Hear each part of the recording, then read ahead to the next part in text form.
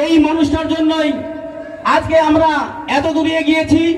বছরে দুবার এই যে বিশাল প্রোগ্রাম হয় এই লোকটার জন্যই হয়। উনিকে আমরা বরণ করে নিলাম, আমাদের বরণ করে নিল অনন্য দাস, আমাদের এই যুগীপুকুর সেবা সমিতি ট্রাস্টের সভাপতি মহাশয় কল্যাণ দাস। দধিমোহন জিও দেবতার পূজা। নমস্কার, আমি হরেন্দ্র। আপনারা দেখছেন হার্স নিউজ। উত্তর দিনাজপুর কালিয়াগঞ্জের যোগীপুকুর এলাকায় দধিমোহন জিও দেবতার পূজার আয়োজন করা হয়।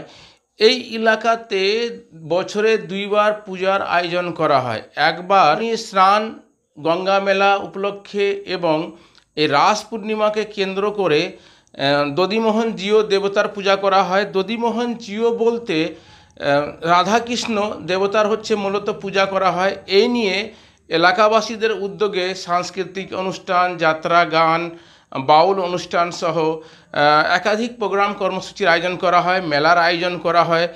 এই কমিটির যিনি সভাপতি রয়েছেন কল্যাণ দাস, তার উদ্যোগে মূলত বছরে দুইবার পূজা করা হয়। এই নিয়ে সভাপতি যিনি রয়েছেন কল্যাণ দাস, তাকে সম্বর্ধনা দেওয়া হয়।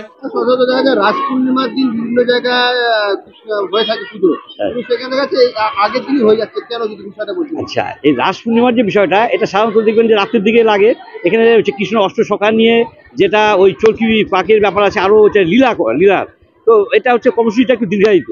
তো এটা পূজাটা আহ্বানকাল থেকেই ওই চতুর্দশী তিথিতেই হয়ে আসছে। হ্যাঁ, পুরোনো দিন থেকে হয়ে আসছে। ও তো একটু ওইদিকে, তারপর পরবর্তীকালে আমরা 2003-04 সালের দিকে মন্দির স্থাপন করে আমরা বড় করে এটাকে আস্তে আস্তে ডেভেলপ করি। এটা বর্ষ তো ঠিক বলা যাবে না, তাও আপনার 35-36 বছর বর্ষ হবে এরকম আমার দেখা। পুকুরের পুজোর আয়োজন হচ্ছে যথারীতি পূজা শরীরের উপরে যে রাধা গোবিন্দ গোপালের পূজাটা হয়।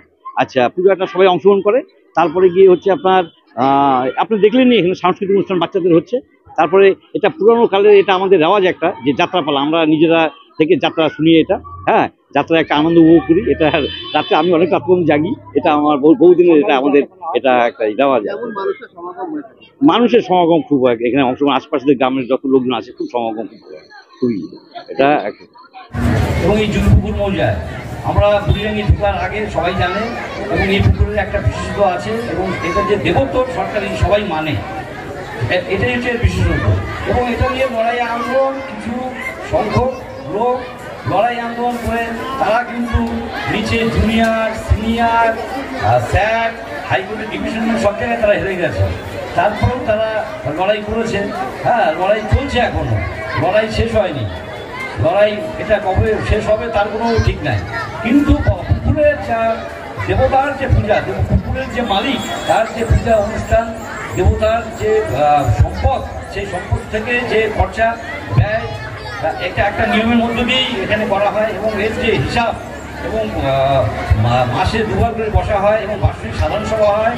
তার একটা কোঅপারেটিভ সিস্টেমে বোর্ড অফ ডাইরেক্টর আছে, এবং তার নিরিখে 80 জন সদস্য আছে। 10টা গ্রামের লোকজন নিয়ে, প্রতিটা গ্রাম থেকে 10-12 জন করে নিয়ে একটা কমিটি করা আছে। এবং তার অডিট রিপোর্টও আমাদের সরকারিভাবে, রাজ্য সরকারি রিপোর্ট আমরা পাঠাই, এবং ট্যাক্সও দেওয়া হয়। তো সেই নিয়মে চলছে।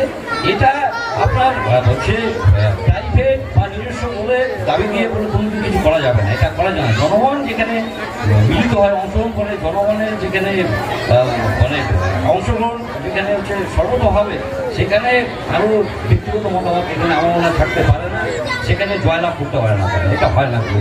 এটা হচ্ছে বিষয়, এবং সেই জন্যই আপনাদের সবাইকে কৃতজ্ঞতা জানাচ্ছি।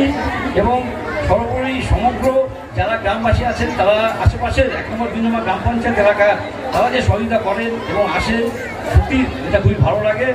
এবং আমরা আস্তে আস্তে আমরা আরও চাই যে এটাকে অনুষ্ঠানটা কীভাবে বড় করা যায়।